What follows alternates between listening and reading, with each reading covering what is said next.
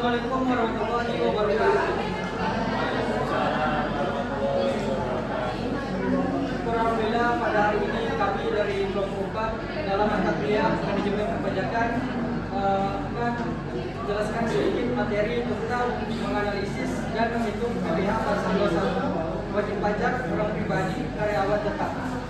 Kami di sini beranggotakan 7 orang, yaitu Tika Ramadhan Arifin, Devi Maharani, Petri Nurfa Alia, Denny Merjodi Dipo, Iga Rika Saputri, Sanda Atika Sari, dan Riana Jasli. Untuk penjelasan nama sampai tujuh akan dijelaskan oleh materi. Yang langsung saja untuk materi pertama, Iga Rika Saputri. Iga Rika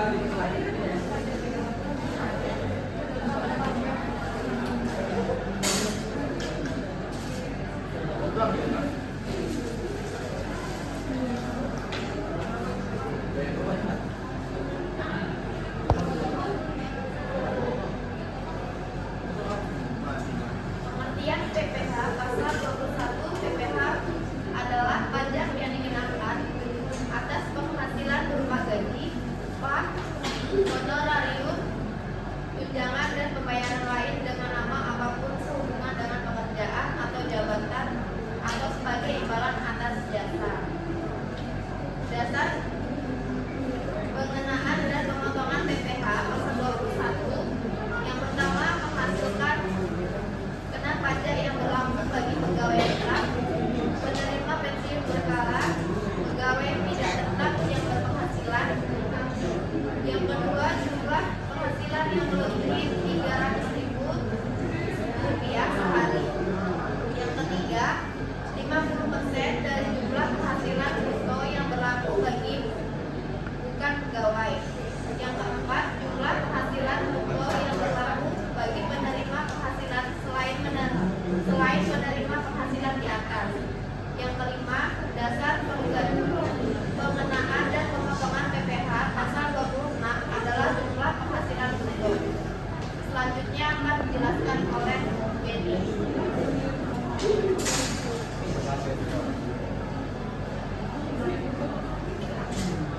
saya terangkan yaitu pemotongan PPh pasal 21. Kemudian satu pemberiannya terdiri dari orang pribadi dan badan, dua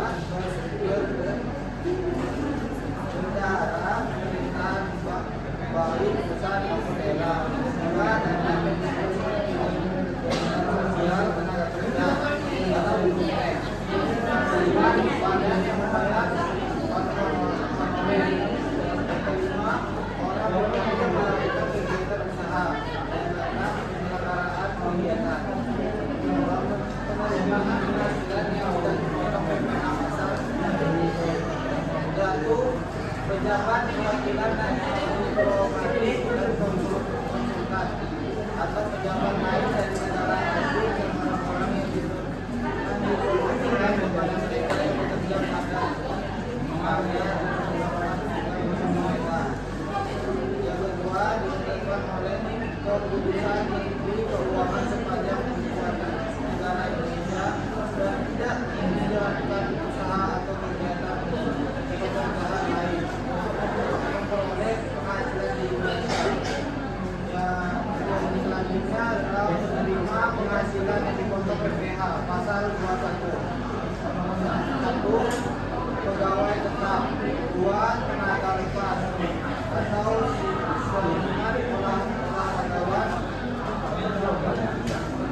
pencerama, pemberi jasa mengelola proyek, peserta perlombaan, petugas dinas, asuransi. Yang ketiga, penerima pensiun. Pasal pegawai termasuk orang pribadi atau orang warisnya yang menerima tabungan dari dua atau jaminan dari dua. Yang keempat, penerima honorarium. Yang kelima, penerima upah, misalnya tenaga ahli, pengacara, akurat, statistik,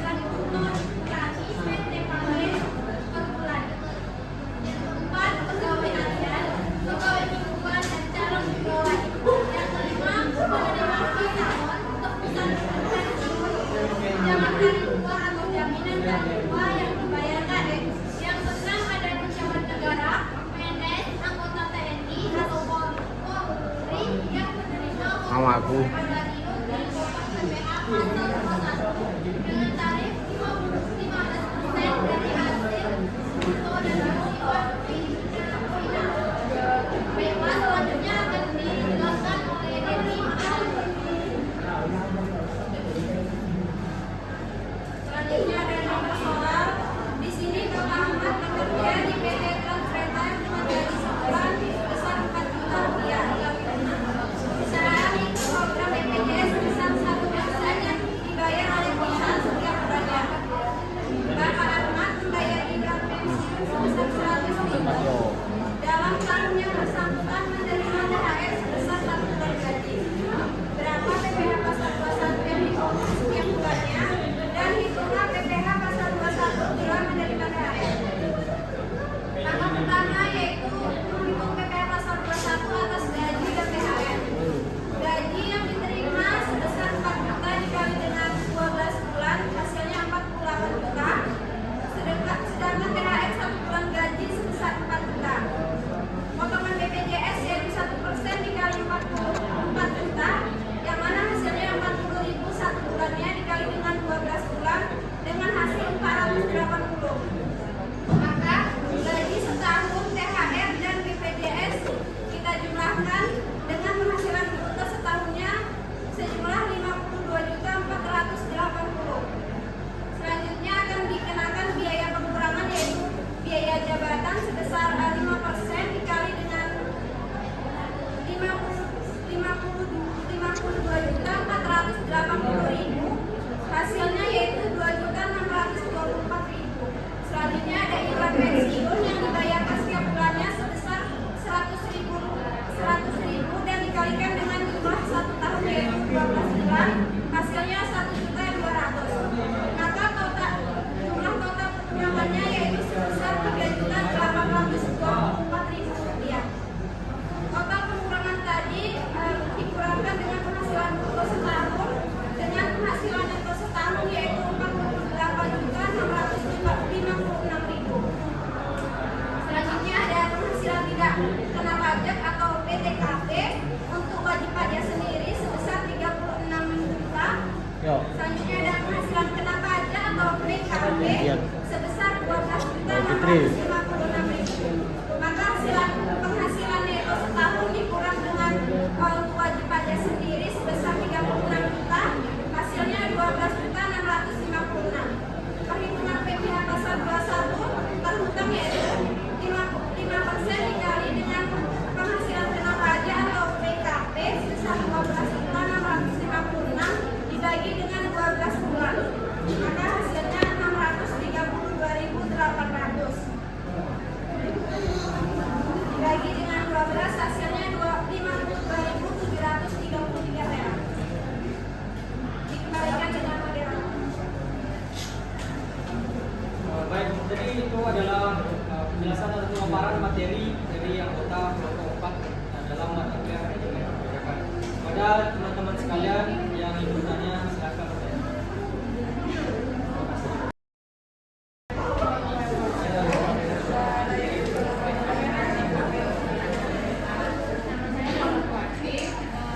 Pertanyaan saya, bagaimana Kau cara bagian apa?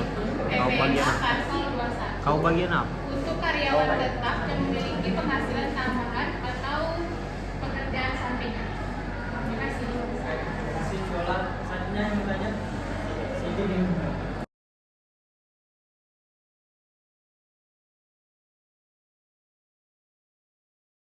Bagaimana cara menghitung PPh pasal 21 untuk karyawan tetap yang memiliki penghasilan tambahan dari pekerjaan sampingan? Karyawan tetap yang memiliki penghasilan tambahan dari pekerjaan sampingan perlu memperhatikan perhitungan PPh pasal 21 yang berlaku. Penghasilan tambahan ini akan dijumlahkan dengan penghasilan pokok dan PPh pasal 21 dihitung berdasarkan tarif progresif. Pemotongan PPh pasal 21 dilakukan oleh pemberi kerja dan karyawan wajib melaporkan penghasilan dalam bentuk SPT tahunan.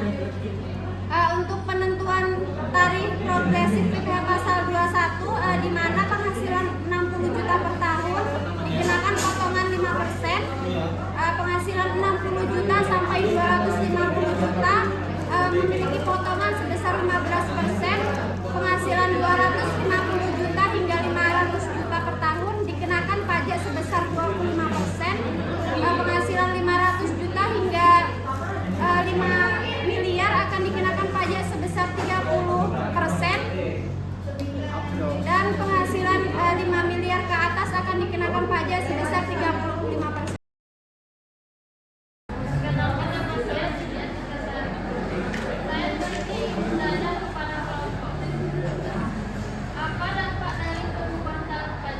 untuk PTKP terhadap perhitungan PPh pasal 21 karyawan tersebut.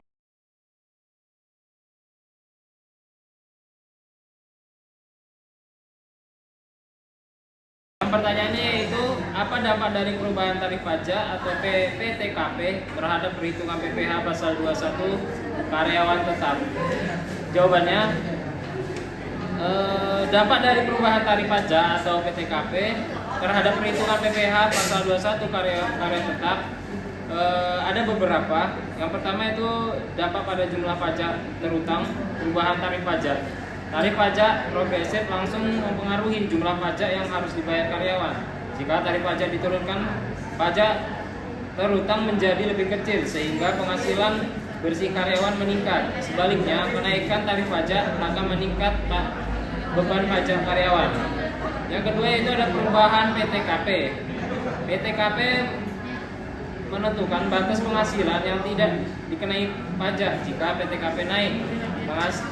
Penghasilan kena pajak PKP menjadi lebih kecil sehingga pajak terutang pun berkurang. Hal ini menguntungkan bagi karyawan dengan penghasilan yang mendekati atau sedikit di atas batas PTKP. Yang terakhir yaitu ada dampak pada perusahaan atau ada administrasi pajak. Perusahaan harus menyesuaikan sistem pengajian mereka untuk menguji perubahan tarif pajak atau PTKP. Efek psikologis bagi karyawan, jika perubahan ini menyebabkan penghasilan bersih karyawan meningkat, dapat meningkatkan motivasi kerja. Namun jika beban pajak meningkat, hal ini dapat mempengaruhi moral karyawan. Itu jawaban dari kelompok kami.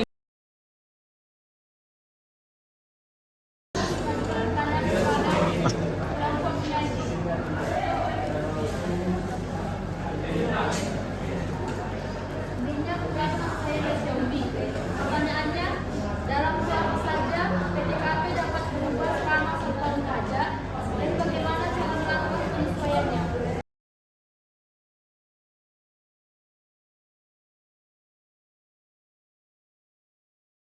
Baiklah, saya akan jawab pertanyaan dari Linda. Yang pertanyaannya, jika terjadi perubahan yang mempengaruhi PTKP selama tahun pajak. 1. Yaitu melaporkan perubahan. 2. Menghitung ulang pajak terutang. 3. Mengajukan SPT. 4. Dokumentasi. Dengan melakukan penyesuaian ini, wajib pajak dapat memastikan bahwa kewajiban perpajakannya sesuai dengan ketentuan yang berlaku dalam mencerminkan kondisi keuangan yang sebenarnya.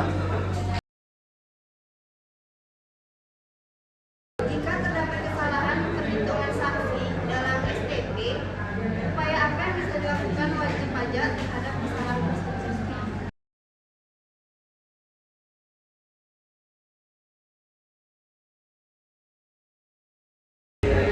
Baiklah, saya akan menjawab pertanyaan dari Despi. Pertanyaannya, jika terdapat kesalahan perhitungan saksi dalam STP, upaya apa yang bisa dilakukan wajib pajak terhadap kesalahan tersebut? Caranya mengajukan lagi permohonan pembetulan kepada DJP atau DJP dapat melakukan pembetulan lagi karena jabatan. Ini Despi. Baik, terima kasih kepada teman-teman yang sudah bertanya. Kami dari kelompok 4 mengucapkan mohon maaf apabila ada kekurangan. Kami akhiri. Assalamualaikum warahmatullahi wabarakatuh. Waalaikumsalam warahmatullahi wabarakatuh.